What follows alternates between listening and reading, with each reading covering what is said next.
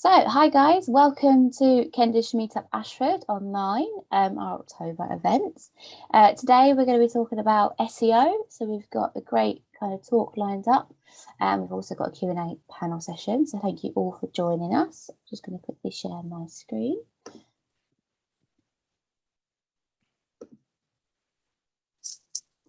There we are. So we're going to be talking about SEO. So the agenda for tonight, what we're going to do is, obviously you've all joined us.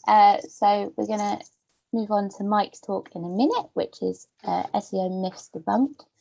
So he'll be talking you through kind of some common myths he's come across in his career so far and kind of what that means. And then we're going to have a quick break, and then we'll move on to the Q&A panel session with Chris, Mike and Ciaran, where you can kind of ask for advice and ask them your questions around SEO, and yeah, hopefully get the answers you're looking for.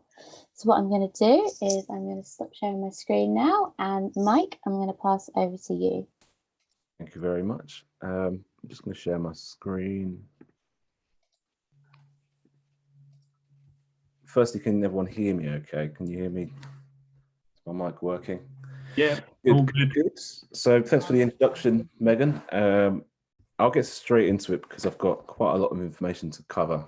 I'll try not to overrun too much. So just a bit about me first. I was lucky enough to get an SEO job kind of straight out of university, and worked agency side in various agencies for about 7 years. So alongside this, I set up an e-commerce store with my wife and I, and that's been running for about 4 years. Then in 2009, I decided to enter the crazy world of SEO freelancing and consulting. And then finally during lockdown, I kind of linked up with a couple of colleagues to start a lead generation business. So that is me keeping busy. So this is how it all started for me. It's a photo of me, I guess around 10 years ago now, with my first colleagues, my first SEO job in an agency in Canterbury. And obviously starting out a new career out of university is a very exciting time. And I very much enjoyed it, but the first year or two, this is pretty much how I felt, as most people do when they start a completely new career. And it took me a while to grasp it all, to be honest. And I feel like the SEO world in particular is especially confusing. As there's so many different opinions in SEO, so many gurus, so many theories, and best practice to get your head around. So, for example, you can Google link building strategies or link building best practice. And on the first page of Google, you get sort of 10 different answers as to what you should do and what you shouldn't do. So whilst PPC is very much in the world of definite calculations and ROI, SEO is often a bit muddied, it's a bit ambiguous sometimes. And there's a lot of opinions, which is a challenge that I'm sure every SEO person faces. So at first it was very difficult for me to be comfortable with making suggestions to clients because there was so much information. And I quickly realized that clients didn't have a clue either, to be honest, because of the amount of information available and all the opinions. So I noticed that there were some SEO professionals, we call them cowboys in the industry, that would take advantage of this confusion and rip off clients. So that's our industry, unfortunately. So in a world of, sorry, I've lost where I am. In a world of confusion and opinions and misinformation, how do you kind of narrow down what information is going to move the needle when it comes to organic SEO, organic traffic and building visibility? And I found that there was just nothing for it really, except for experimentation and building experience through testing. So for all the guidelines in the world, there's no other way really of finding out what really works with SEO except to learn by doing. So that's essentially what I've set out to do with the sites that I've built personally, the SEO work I do with my clients. And I found that there were common myths and sort of half-truths that surface every time when I speak to a new client. And there's probably hundreds of these, but I've kind of narrowed it down to 6. So that's what I'm going to cover in today's talk. So the most frequent SEO mistruths, and also how you can avoid misinformation and find a trusted SEO person or agency. So I'll just get straight into it for myth number 1. So this is probably the most common, And for people that aren't really familiar with SEO, it's the notion that #1 rankings can be guaranteed. And I think maybe most of you know that that's not the case. There's no agency or SEO professional that can guarantee that. And it's not really a sort of cop-out statement that SEOs kind of hide behind. It's a fact. Most of you probably get these emails every day. I'm not sure if you can see that, but I call them greetings of the day type emails. This is one that I kind of dug out of my spam folder, of a company guaranteeing first page rankings on Google at very competitive costs. And you'll see similar things on platforms like Fiverr, for example. This is someone offering #1 rank. I think it was about 65 quid for this particular gig on Fiverr. So there's many agencies and freelancers that guarantee results, but they just have no authority to be making such claims. One of the things that they might do is they say they will get you first position for a pre-agreed number of keywords. Some of them say that they have a special relationship with Google. One of the funniest ones, it was like a video I was watching, someone on the phone to someone saying that they own the first page of Google for a particular phrase. So these are all the wild things that people will say. So just takeaways from this. Firstly, there's no agency that has a special relationship with Google. If someone says to you that they're going to get you #1 rank for a particular subset of keywords, I will ask them for which keywords. So most of the keywords that they would target would have no search volume, which means no one's searching for it, which means it's very easy to get first position because there's no competition. So, but those positions aren't going to get you any leads or sales or any traffic. So that's one way that they would try to sell. And shady tactics. So many of these agencies cause more harm than good, really, with some of the tactics that they employ. They employ tactics to trick search engines, which Google will penalize you for. So the thing to remember here is that there's no SEO agency that can guarantee results or first position results. Not even the most experienced SEO professional in the world, because SEO isn't an exact science. So that's myth #1. Myth #2. So SEO takes 3 months. It's something that SEO professionals say often when they're asked kind of how long it will take to see results. And admittedly, it was probably something that I used to say in my early SEO days, because I didn't know any better. So obviously any smart business owner would want to know when they're going to see ROI from SEO, and that's quite rightly so. But the blanket statement of it takes 3 months to optimize your site to be ranking in these positions and generate traffic is just inaccurate, because there's so many factors that affect the speed at which you can rank.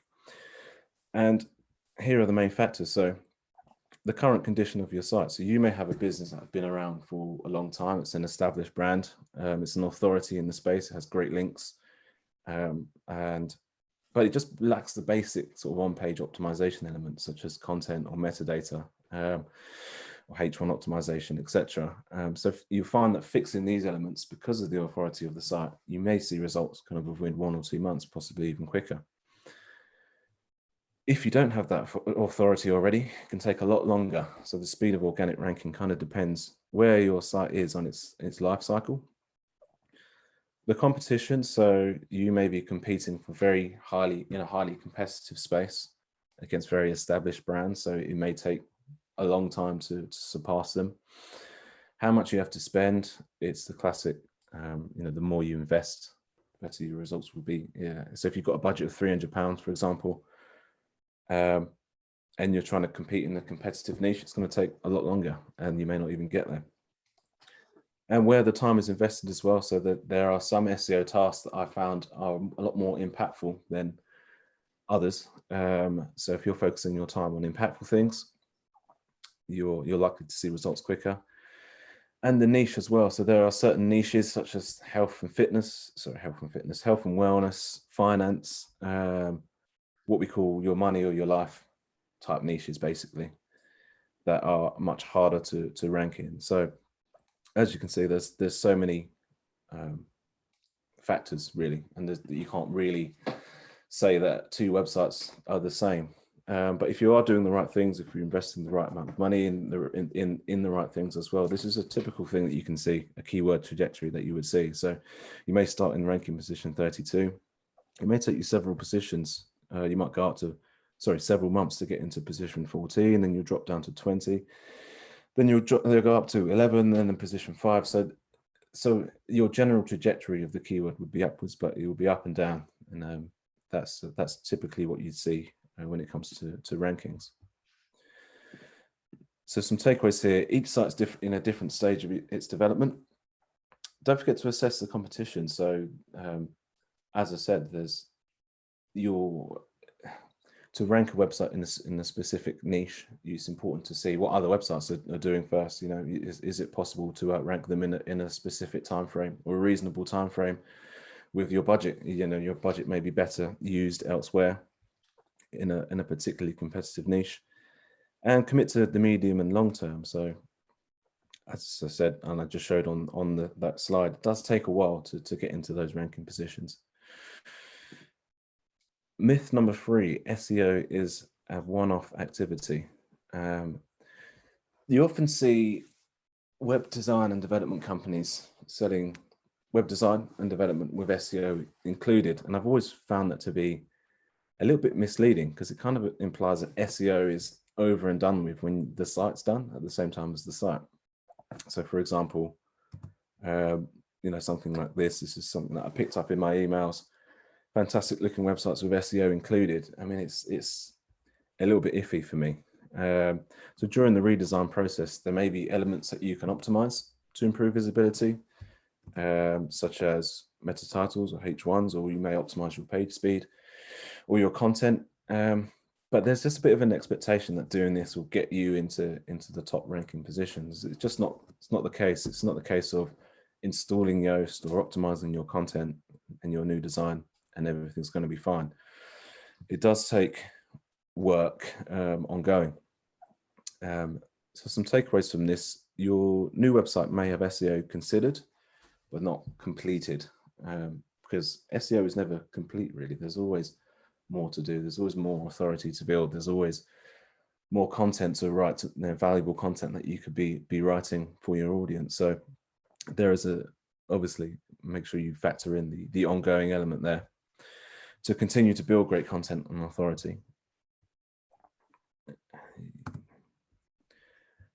Myth number 4, organic traffic always decreases when migrating to a new website design. So this is something I hear most often from agencies or freelancers. It's technically not wrong.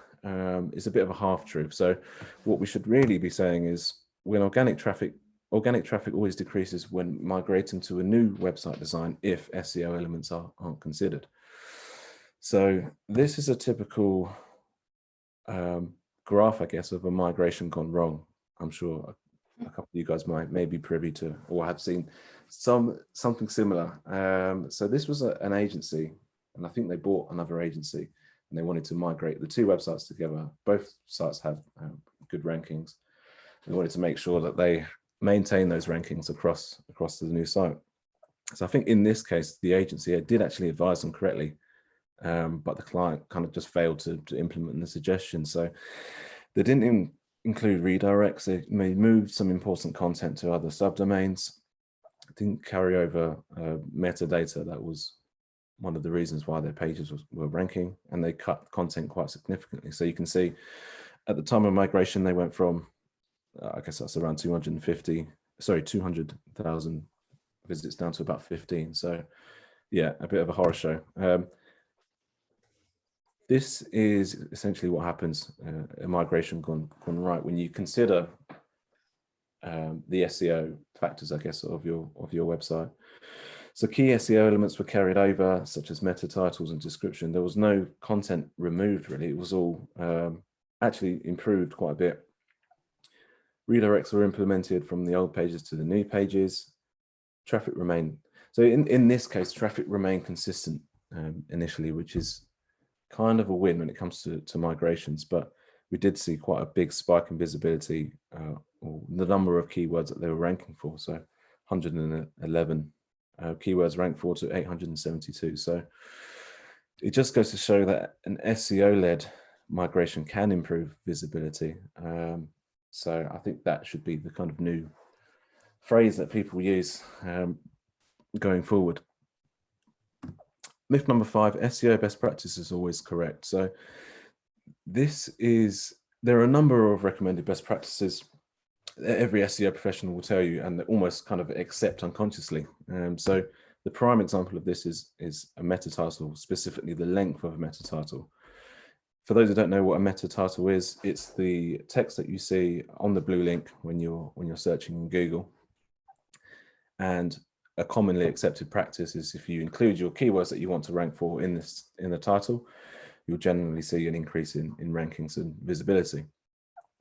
However, there is as I said, a common agreement that the title should be generally between 55 and 70 characters. And I find that to be a misconception in actual practice. So here's a statement I took from a website.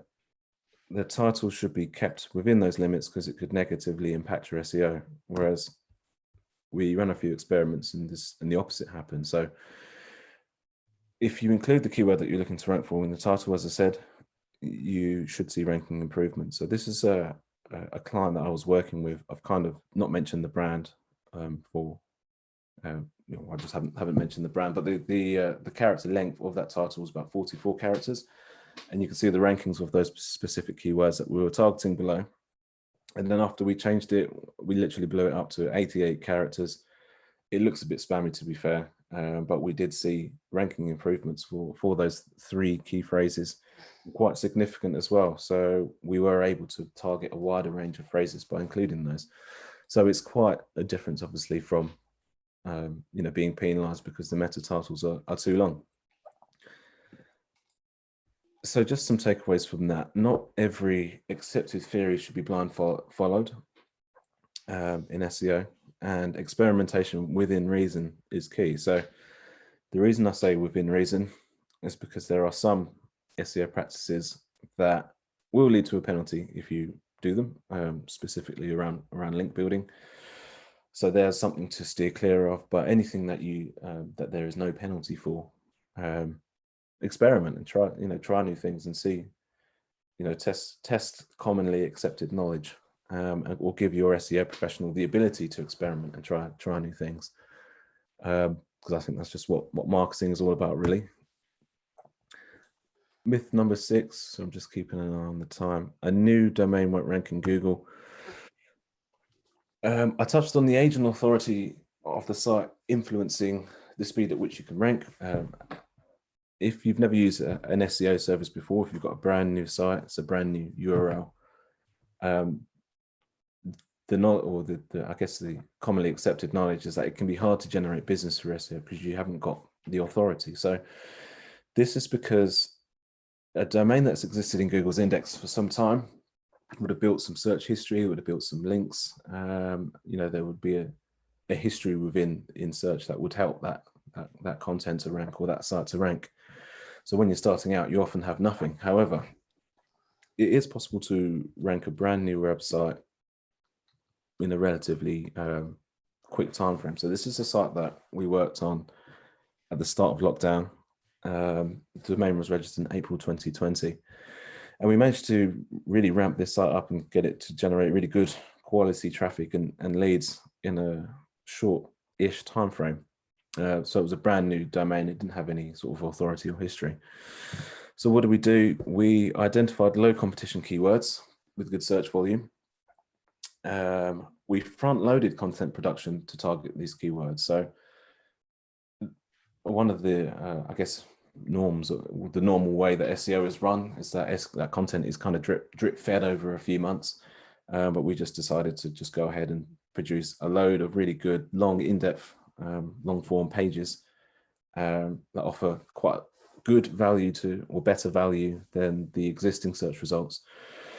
And then we built sort of maybe around 50 to 60 links, very targeted and specific links around that. So between April and September, we managed to get 53,363 organic sessions and 1,541 forms submitted. So it just goes to show that you can take a brand new website and rank it within a reasonable time frame.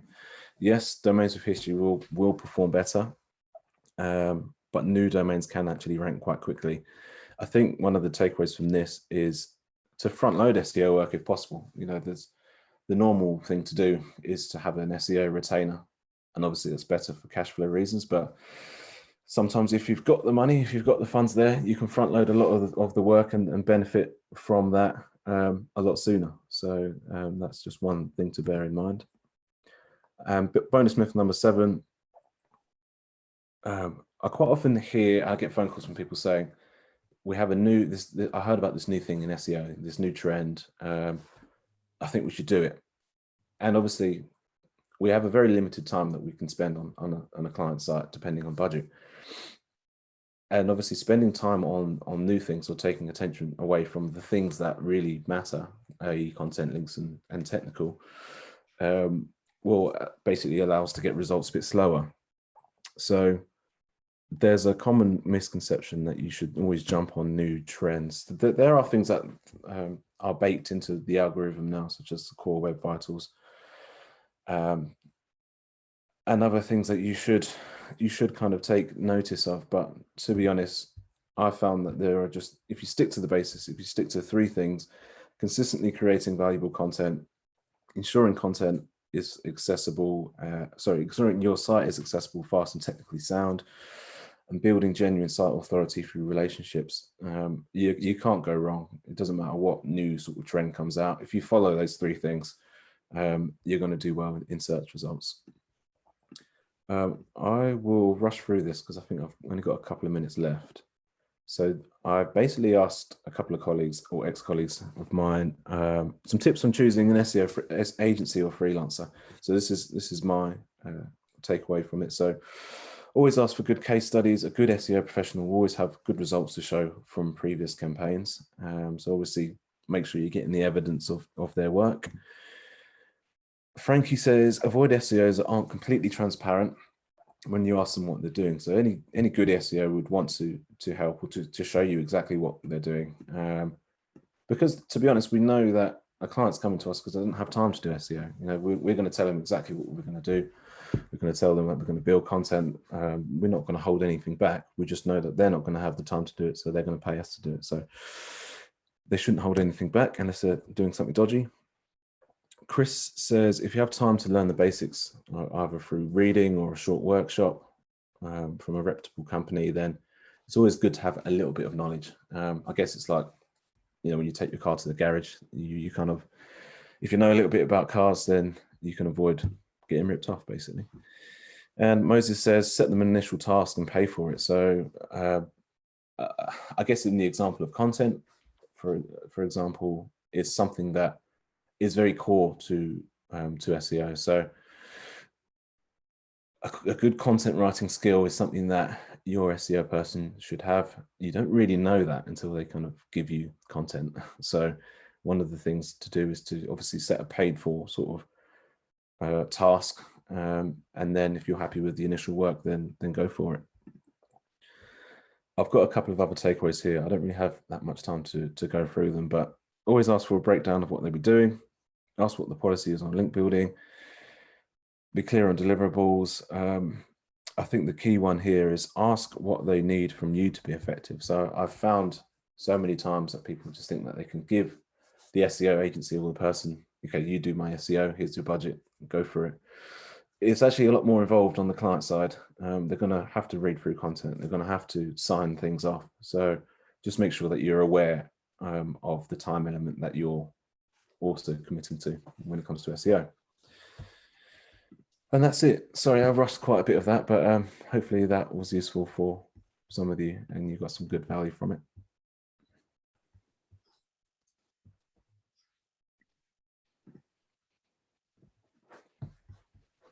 That was really good. Thanks, Mike. As we've got a Q&A panel after kind of a little bit of a break, save all your questions for there. If you want to quickly pop them in the chat instead, feel free, just in case you forget them. If not, after the break, what we'll do is we'll start the Q&A panel and you can ask your questions there. I'm just going to quickly pause the recording for the Q&A. So welcome back, guys. Hope you all feel refreshed after getting a drink and having a quick toilet break. So as promised, we're going to move on to the Q&A in just a second. For the few people that missed the intros at the beginning, I'll just kind of recap as I forgot to share my slides. So Mike, who just delivered that really good and interesting talk, is SEO Consultant and Managing Director at Tangible. Like he said, he's got over 8 years experience in professional SEO, has worked for several agencies before, and has recently obviously started his own business, and now is an SEO consultant and kind of freelance. And he can help you with a range of different SEO services as well. Chris is Managing Director at Whitefish Marketing. He has a background of about 14 years in SEO and strategic marketing, but like he said, he has to have a knowledge of PPC and other areas of marketing because of the type of business and the team he manages.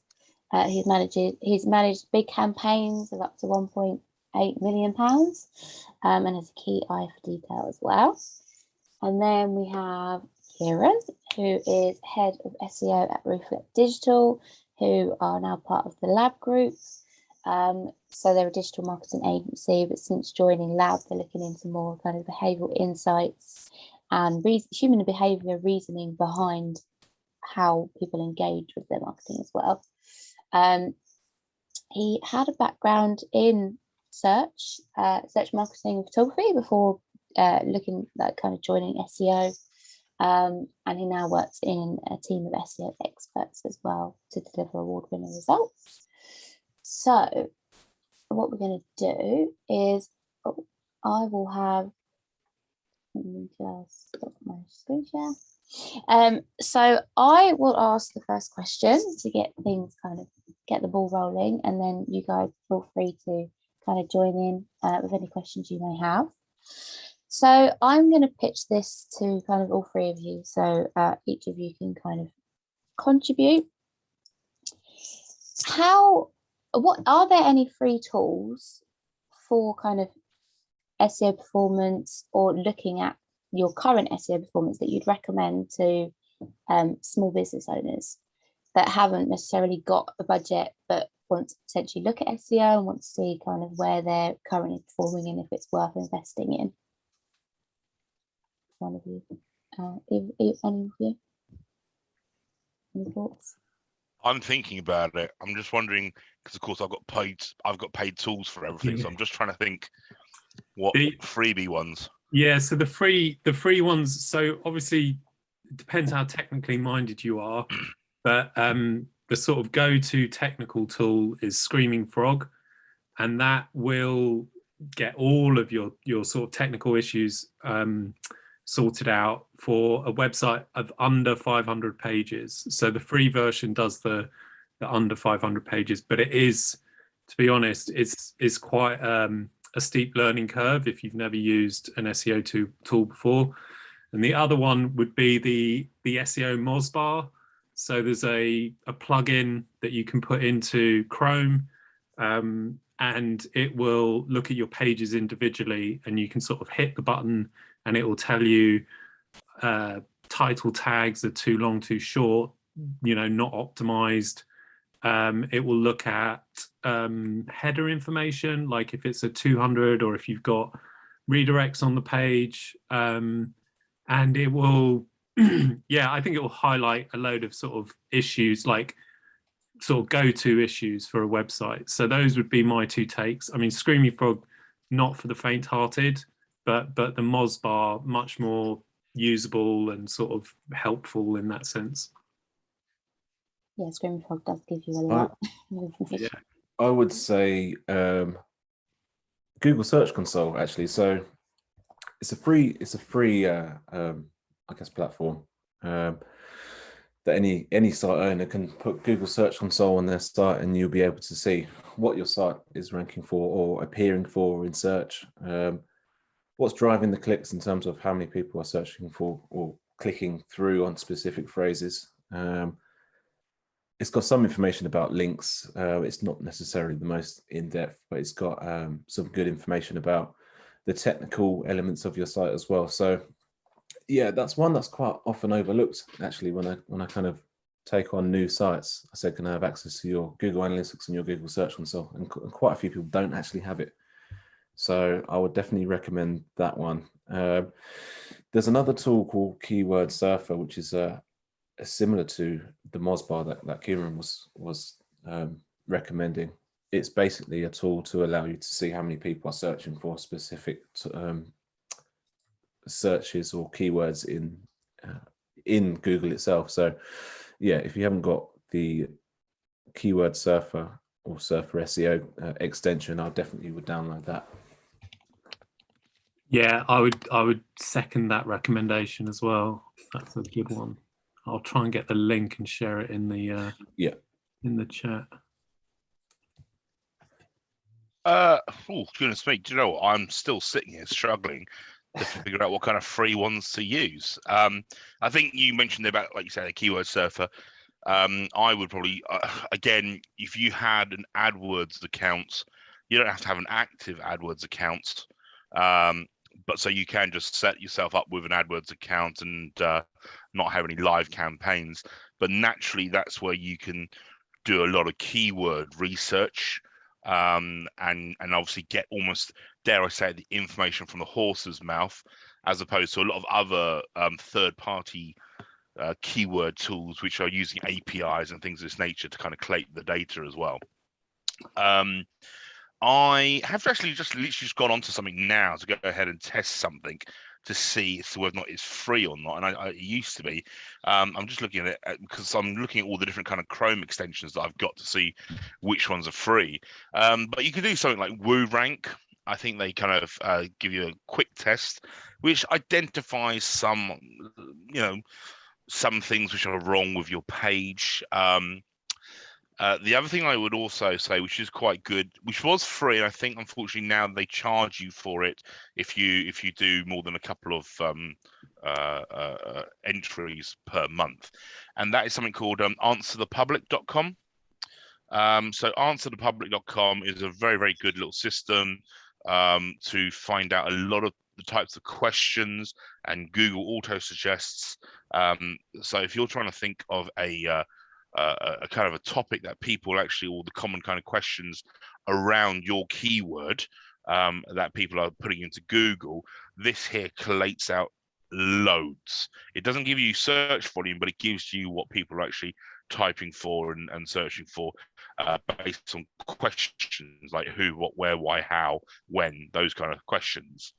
So I give that a go. And the only other thing I'll say, which is obviously quite relevant at the moment with the whole Core Web Vital rollout, is just use Page Speed Insights, which is a free tool, Google developer tool. Just type into Google Page Speed Insights. I can't remember the exact URL, but obviously you'll know it's pretty much the top one. Shove your www dot into there, and away you go. So, for example, we've just done it now with My Tentadon, for example. I did that in the background. I thought I would just give that a quick go. There it is. Thank you. Yeah, Ciaran sent it over. It basically, what you kind of want to be looking for, if you do your research on what's known as Core Web Vitals, it'll give you an idea as to what your overall speed and performance score and the page experience is going to be like for your users. And you can see it on kind of like on a pass-fail basis. And then you can have a chat with your web developer and your SEO guys about how to improve that. Those are a couple of freebies that I can think of straight away. Can I ask a question off the back of that, Megan? Yeah, go for it, Linda. Because interestingly, and none of you SEO guys are going to like this, but I had, well, Megan knows I had my new website built and launched at the beginning of this year. And I sort of reached out to a couple of SEO people. Sorry if you didn't hear from me. And two of the companies actually offered me a free SEO survey and a quick report. Now, Michael, given that you've just gone through all of the myths of what you might be getting ripped off on, et cetera, although they were local companies and people that I've networked with regularly, do you not offer like a free sort of SEO survey as a way of drawing people into your services? No, so that was actually one of the myths I left out, really. So I had a little bit of a complaint in there about automated reports because I have a bit of an issue with them. So when I get a new inquiry, what I would generally do is look at the existing ranking positions. I try to get access to their Google Search Console and analytics to do a bit more of I don't really do reports. I just do some commentary on, you're ranking well for this, or this area will be good for you to focus on, or this area is super competitive, it might be worth focusing somewhere else. Basically, the automated tools leave a lot to be desired. So they would sometimes, if you put your URL into it, for example, and it will give you like an SEO score, out of 10. But some of the factors that they use to score those things, I just don't really agree with. So, for example, it might say, one of the things that I mentioned, for example, was long meta titles. It might say you've got too many URLs with long meta titles, and they're going to take you down for that. And I thought you said metatarsals, and thinking, what's it about the bones of my head? Very long metatarsals. How thick I am when it comes to SEO. Right. Yeah. So it looks at quite a lot of these elements. For example, it would say you've got a short meta title on your contact us page. I mean, the contact us page is never going to be something that you're optimizing to rank in Google, or maybe it would do, but your terms and conditions page, for example. So I think they have their place. Some of these tools, they have no way of it's like if you might have some tools that have really strong APIs that pull in data from really good, valuable sources. Some other tools may not, so if it might tell you that you've got 10 external links to your site. Essentially, you're quite cynical, even of those free tools that are out there, that they're actually going to give something meaningful to the person that's doing them. Yeah, I mean, there's all the free tools that we talked about are really good kind of free tools. There are some programs, I guess, that you plug your URL into and it kind of spits out, you've done all these sort of things.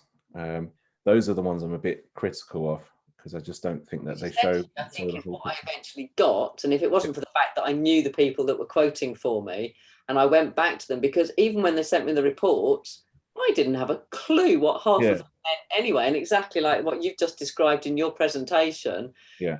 Terminology, and it took me, and I am the sort of person, sadly, who will just then go back and say, right, can you please explain to me what this means and what I have to do? Yeah. But out of that, I then actually drew up my own spec and put it out to a couple of SEO experts and said, I need you to do this. How much is it going to cost? But it took a lot of time and energy to understand what happens in the background, to understand what I needed them to do for my new website, to make sure it was absolutely optimized to the nth, Yeah. Yeah. Yeah, and that's the problem that you face, really, because I think that it's kind of born out of, you get a lot of SEO inquiries from people, and you might spend quite a lot of time going through someone's site, giving them recommendations. So I guess these tools are kind of developed as a way of quickly getting something out to a client to demonstrate that you know what you're talking about. But as you say, all these technical elements, I mean, clients don't really care. Well, some of them. No, really yeah, I totally agree. I think there's, I spend half my life defending SEO because it does have a bad reputation, and it is the car mechanic scenario, right? Is that you go to the car mechanic and you go, and they go, oh, it's your blah blah filter, it's going to be $2,000, and you're like, you're kidding me. And you have to do it, right? Because it's part of the MOT, and so you cough up. And SEO, like previously, a lot of people were doing that. They were charging a lot of money for something you didn't see and you couldn't really measure. And so I'd always go back to traffic and conversions, right? So you want more traffic and more conversions.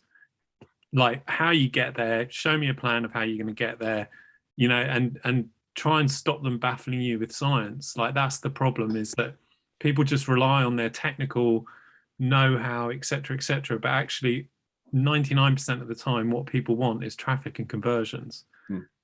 So yeah, I'd sort of apologize on behalf of the SEO industry for all of the bad noise that's out there, because it's really frustrating, and we do need to clean up the industry and sort of get on the good garage scheme and sort of clean up our act a bit.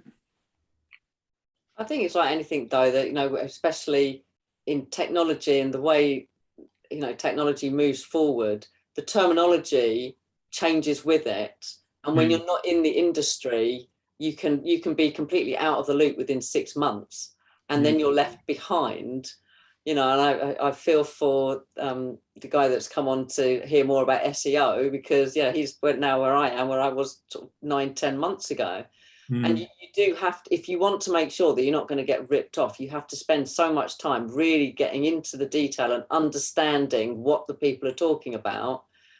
And that's, you know, where we're reliant on you guys to not be the rip-off car mechanic. So. Yeah, but as Mike said, you know, like forearmed is forewarned, and you do need to go in with a bit of knowledge will really help. And something like what Mike's just gone through should sort of give you that confidence to be able to, you know, talk in the right way and frame your position, like what you're looking for and what you want to get out of the relationship is just as important. Like it's really vital that we're on the same page. But yeah, that is the problem. Like, people will want to make a quick buck. They will want to, you know, avoid doing the hard work and the heavy lifting. And so the quality of the work, as Mike said, like, you know, you don't know until you test. You know, be willing to pay for a test, be willing to look at content that they've previously done, look at the case studies, you know, measure them up. But yeah, it's a fickle beast. I got to tell you a small little anecdote. When I first started out running Whitefish Marketing, and I was in the workshop down in Folkestone, and I was on a desk share back in my first year, setting this stuff up. And the guy sitting next to me, I won't say names, but I don't think he's in business anymore. I think he quite literally was run out of town. The guy, I'm not actually joking you, by one of those kind of what do you call it, bailiff enforcers who came to the office. It's a genuine thing. I actually let him into the building.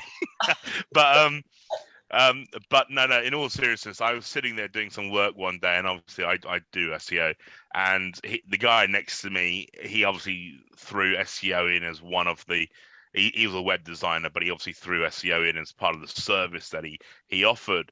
And I heard him on the phone giving his sales spiel, and exactly what Mike's kind of presentation was.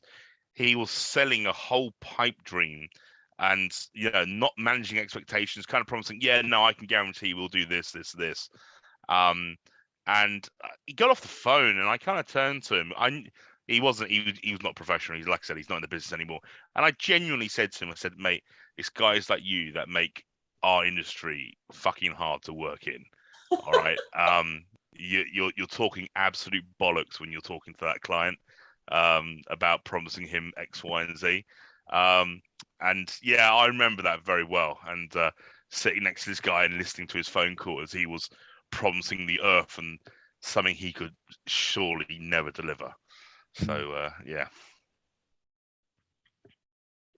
Oh, I have a question. What paid SEO packages would you recommend? all right. Go on. No, you go ahead, Ciaran. Just to clarify, like in terms of paid SEO, I just want to unpack that slightly. Yeah, tools, I think. Well, a bit like, I suppose, the or the same ones that you have already come up with, but obviously there's SEO companies and SEO people, but SEO tools, paid tools. Yes, sorry, tools. I should have mentioned tools. Yeah.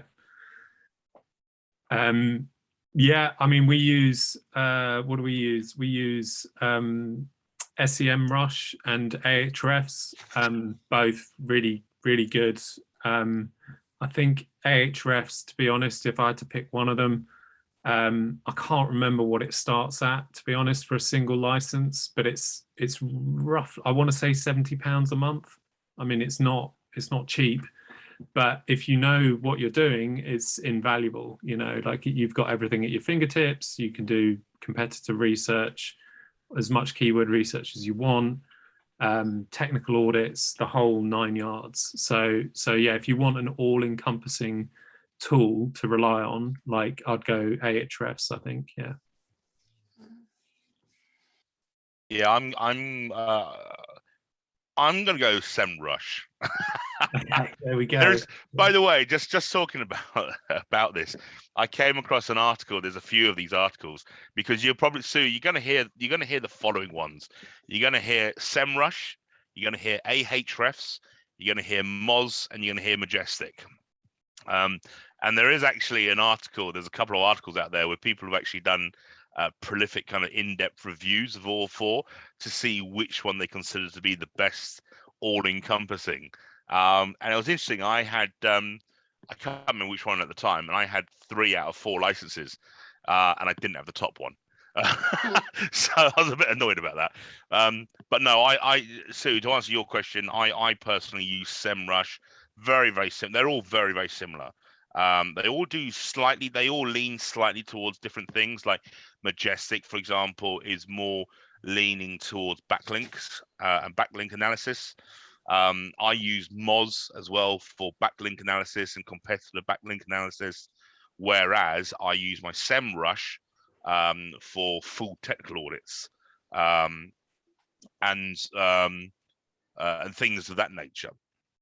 The other thing I would also advise, and I think you can get this in SEMrush, but we don't use it probably because I just like to burn money.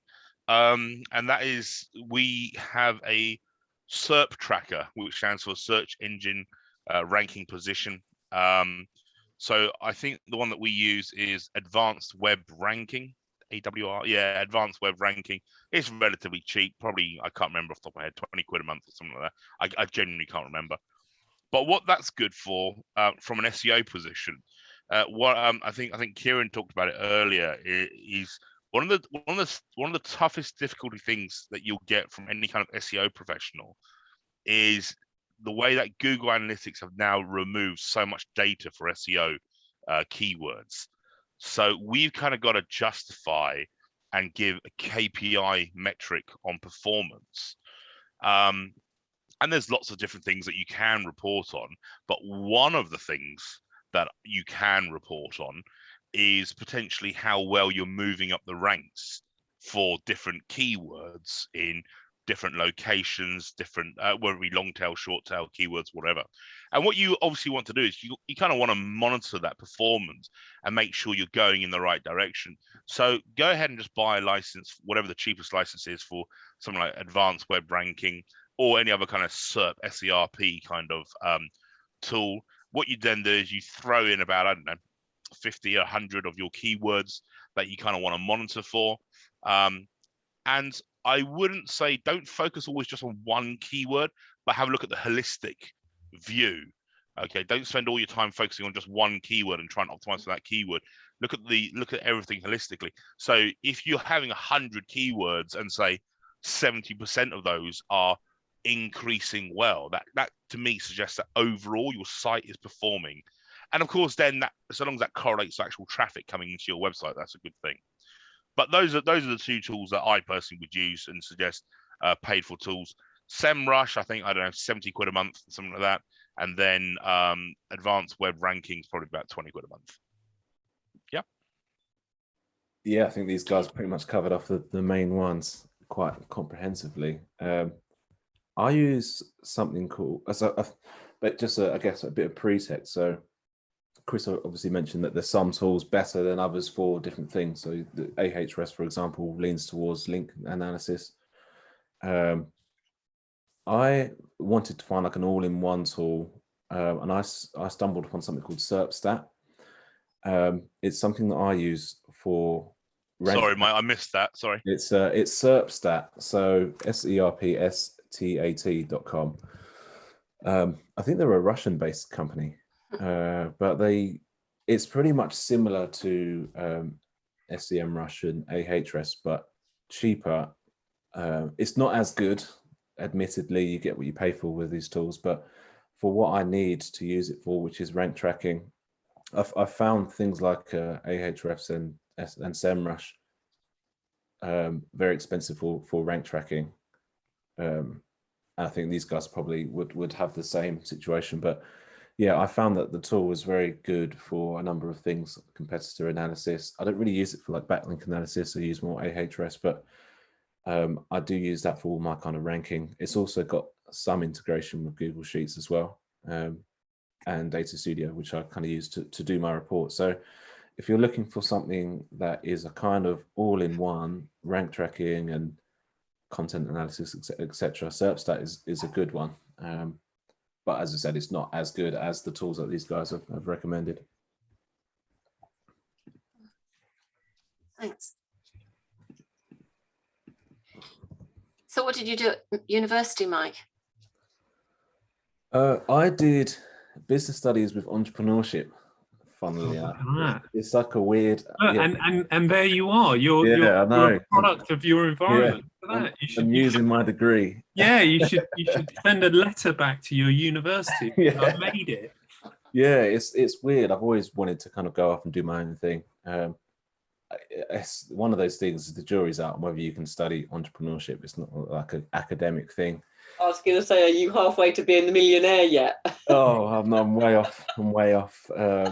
But I'm enjoying kind of running and working on projects that I'm excited about. Yeah, there's obviously lots of things, as you would know, that running a business is difficult. But yeah, I'm really enjoying it at the moment. Anyway, Always here to support you guys. Yeah, no, it sounds interesting. Some of the things that you were saying before. For a bit of SEO. Yeah, there's a couple of sticking points that I've had with the business. You know, whether you always get to a point where you're doing everything. You know, you're doing accounting stuff. You're doing, keyword research, etc. I always say that consulting, freelancing isn't a real business in the way that it can't really operate without me. So I'm kind of always having those conversations as to, do I expand? How can I expand? How can I make my processes a bit more efficient to free myself of some of this stuff? So get the robots in, Mike. Yeah. Bring in the robots. I've put a link in the chat box to my downloads page. There's a couple of free books in there. You're all welcome to have a go at them.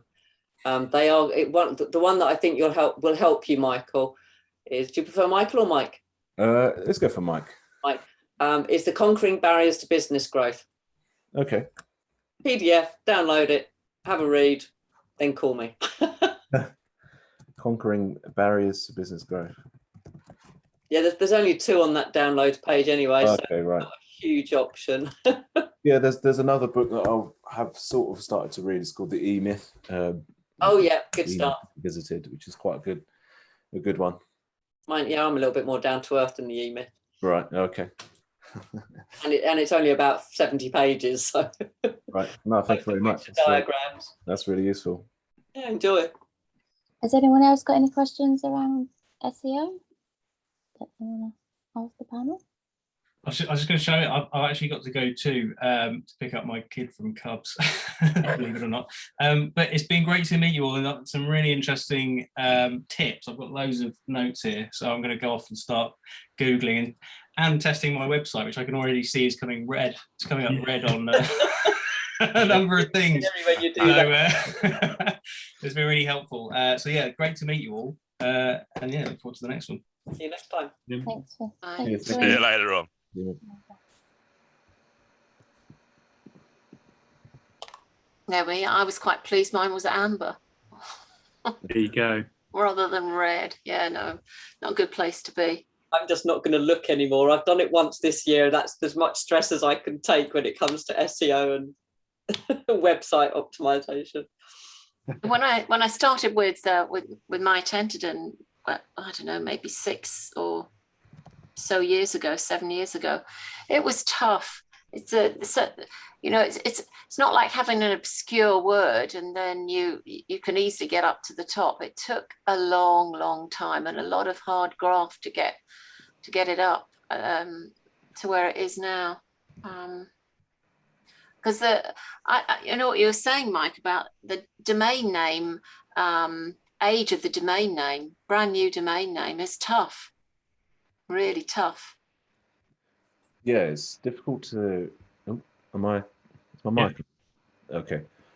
yeah, it's difficult to to get started, I guess, when you've got a fresh site. I mean, it's not necessarily the age of the domain, it's more the authority that the domain has built over time is kind of what really helps you. So yeah, trying to start off that authority from scratch, I think that's probably the biggest challenge when I speak to new businesses or entrepreneurs, or they're really, it's almost like the results are not skewed, but the results favor big brands. So the results that have been around for a long time. So say if you're trying to sell shoes, for example, Nike or Decathlon or Adidas, for example, these guys have been around for a long time. They've got very strong authoritative sites. It's very difficult to compete with that. So it's all about trying to find innovative ways, or lower competition areas that you can get into to grow your visibility. I'd also say that sizing your market, so like how many people are going to be searching for the things that you're advertising, or the people within your catchment area. I always think that that's quite key to understanding what good looks like. So good might be, oh, she's left, but it might be it might be a smaller market. I don't know, the Tenterden area, you could probably measure it and try and work out how many people are online. I'll keep an eye on the waiting room just in case she rejoins, in case If she's in Tenterden, her internet connection may be quite dodgy. Yeah. Well, she did say she's now hooked up to a fibre line, which she's very excited about. But That's lucky. Yeah, she said she got hooked up today, but obviously it's not hooked up to all of her devices yet. So yeah, when she came on the call, she said she was very excited about it. But she's not trying to come back in, so we'll see. Cool. Well, if no one's got any more questions, I'm gonna share my screen again. Got to be some questions. Huh? So there's got to be some questions. Well, I don't know if there is any more. Has anyone else got any more? If not, we can. Huh? I think we've had quite a good discussion. Yes. I did, there's one question. Yeah, for me, I'm just an individual, and I'm just thinking about how, as an individual, you can have how do you say, the services of SEO. It's because, as said Oliver, you need to have more traffic, more conversion. For me, I don't have any product to sell, and I know that by myself alone, with just the module I have on my website, there's no results. So the question is, for every very small, not companies, but entities, how do you see that? How does it work? For me, what I hear, everything you gave, I mean, all the tools and everything is very interesting, but it takes time to use all of them. So I don't know, how long does it take? I mean, maybe it depends on the size of your website, but how long for you does it take as a work every week to make it work? And that's my first question. And the other thing is that, let's say I take your service. For me, the service can't be one shot. It's obviously it has to be recurrent. And what would be for you the best strategy for that? Sorry, do you mind me asking? What you mentioned about your business, or you said you have a website. What is the website? What exactly does the website sell, or what's the service that you provide? Oh, I'm not selling anything. It's just a website for say I have a flat that I'm renting. Oh, okay. Yes, you see, before I had something else. I had a website where I was selling some products, but very small. And well, when I think about SEO, I'm thinking it's really for professionals. You can't use it just for individuals, but maybe there's a market also there. I don't know. Yeah, actually, so you've got a website where you've got a property that you're looking to let, probably on like Airbnb or like. Yeah. Okay, so you and I are in actually the same boat. Actually, my wife and I, we've got a property, and we're just umming and ahhing whether not to go down the exact same thing that you're talking about, where we want to put our property on for Airbnb as opposed to a normal rental. And my gut instinct is I could create a website and probably get it to rank locally better than having to pay for large commission fees on Airbnb and so on and so forth. The best thing that you've got in your favor is you are, or rather the property literally is bricks and mortar. So you have a location, you have a geographic location. And so on your website, the thing that you really want to focus on a lot and do a lot of your research about is on local SEO. Okay. I often talk about when I give talks on SEO, I say, and you know, forgive me, this is just my viewpoint. Everyone's got their own viewpoints and so on and so forth. But I say, for example, there's 4 pillars to SEO. And that is, the first and foremost is the technical SEO, which is the platform, which is effectively your foundations, how well your website is coded and written for Google to index and scan and whether or not it likes it. So technical SEO, what kind of platform have you built it on? The second one is the content, and the content is exceptionally important because only you have control over that. No third party has control about the content that is being written on your website. So Google holds a lot of weight about that because that's what you are shouting about yourself. The third one is then what's probably going to be most important for you, and that's local SEO, where you start looking at localized searches. That comes into effect from, I'm showing my age now, from Google Venice, which came around in 2012. So that kind of gives you an idea of all about localized searches. So localized searches, because if you can imagine, if you're in that kind of industry, like I am, I'm based in Folkestone, I have a property in Folkestone, and I did research about things like, you know, holiday, I can't remember what I did now, holiday properties to rent in Folkestone or near Folkestone. And I found out, wow, there's actually there's no competition, or rather, you know, it's really poor what's out there. It wouldn't be hard for me to outrank those kind of guys. So you need to put your thinking cap on as well. Think about what kind of keyword research you want to do for your local area, and like I said, research local SEO. And the last thing is what Mike talked about earlier on as well, backlinking. Now, I would avoid backlinking at this stage.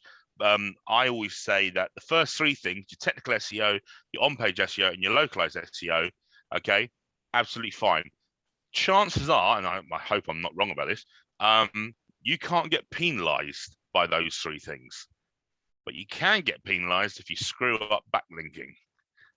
So don't touch backlinking until you're actually, you know, either you've done your own research, you know what you're doing, or you hired a professional who knows what they're doing. I didn't hear the end of your sentence. Yeah, you broke up a little bit there, Chris. 3 things.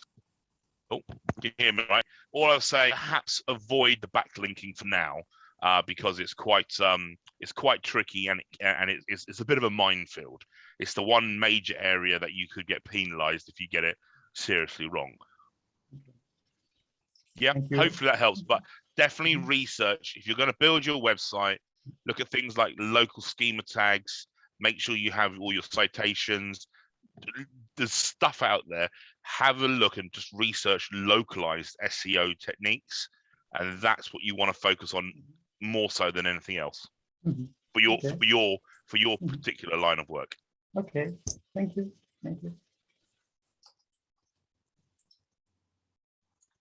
Don't really have much to add to that, to be honest. That's pretty comprehensive. I think the only other thing I would say is maybe set up something called Google My Business, which all comes under the local SEO umbrella that Chris talked about. So I'm sure lots of the resources, if you were to research local SEO, would suggest one of these, would suggest Google My Business as an element. It's just a profile that you can set up for you. I did it already. Oh, you've done it already? Yeah. Fair enough.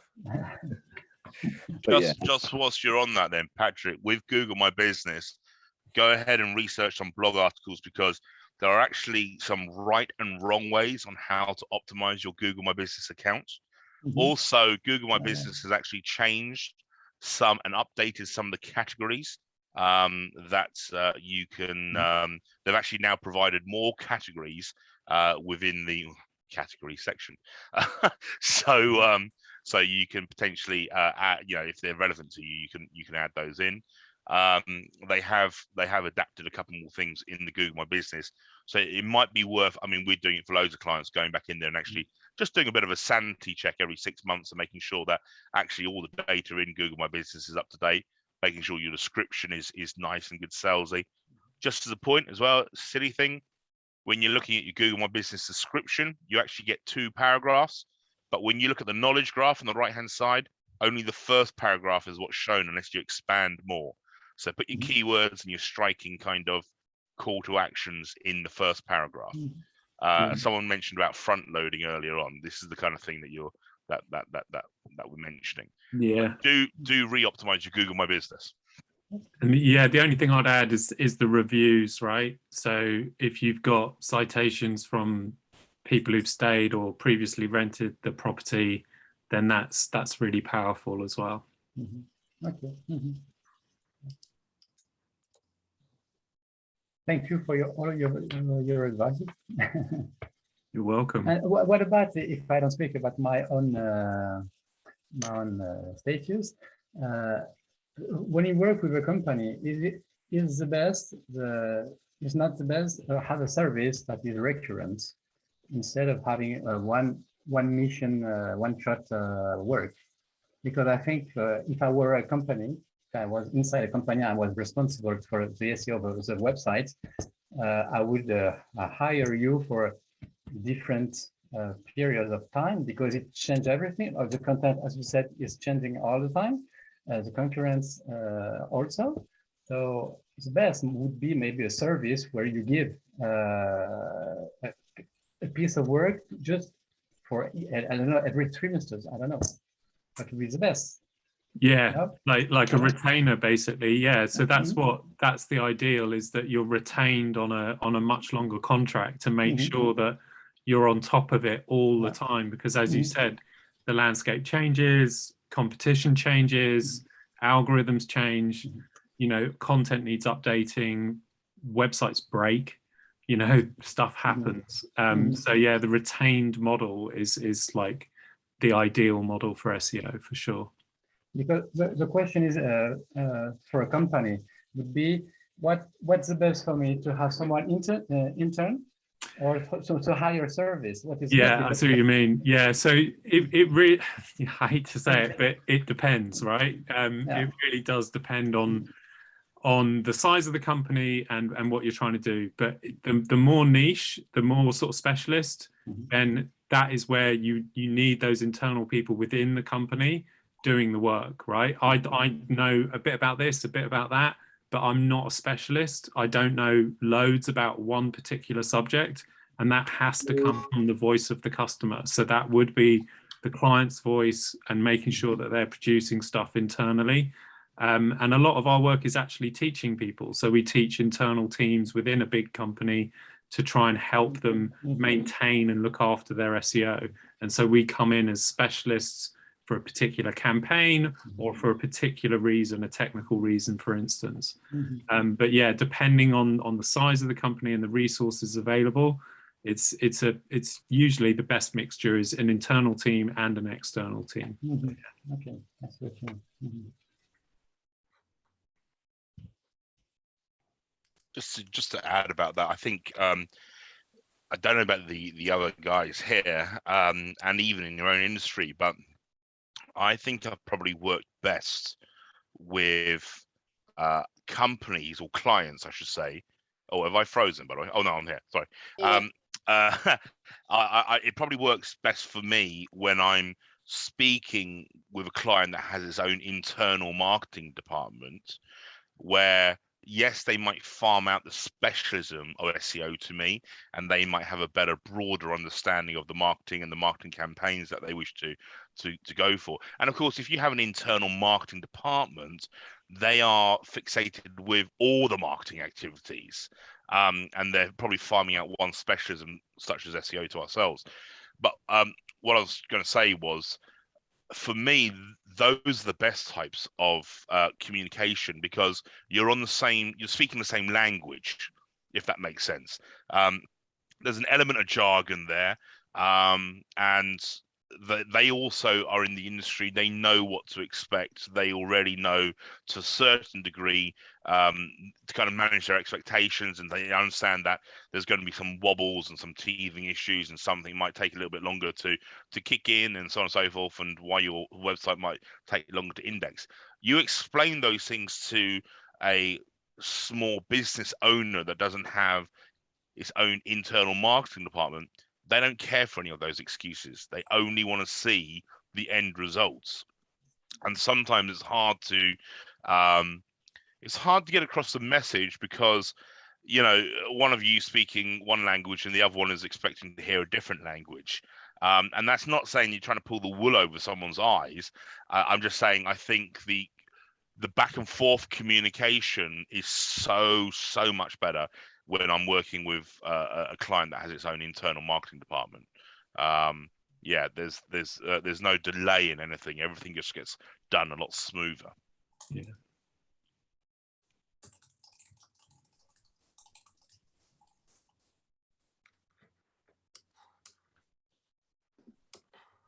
Cool. I think, yeah, that was a really good conversation. Thank you for your questions, Patrick. Hopefully the answers were helpful. So what we'll do is we'll kind of wrap it up there. I'll quickly share my screen. So yeah, thank you all for kind of joining us. What we're going to be doing is we're changing how we run the KDM slightly, just in the kind of frequency of them. So what we've decided is, between the three hosts, so ourselves, Maidstone and Medway, we're going to be running one meetup each per quarter, just so it's a little bit more manageable for us. And it means that we can kind of try and drum up as much kind of promotion and try and get as many people to come as possible, and making sure we're covering topics that people want to actually come and learn about.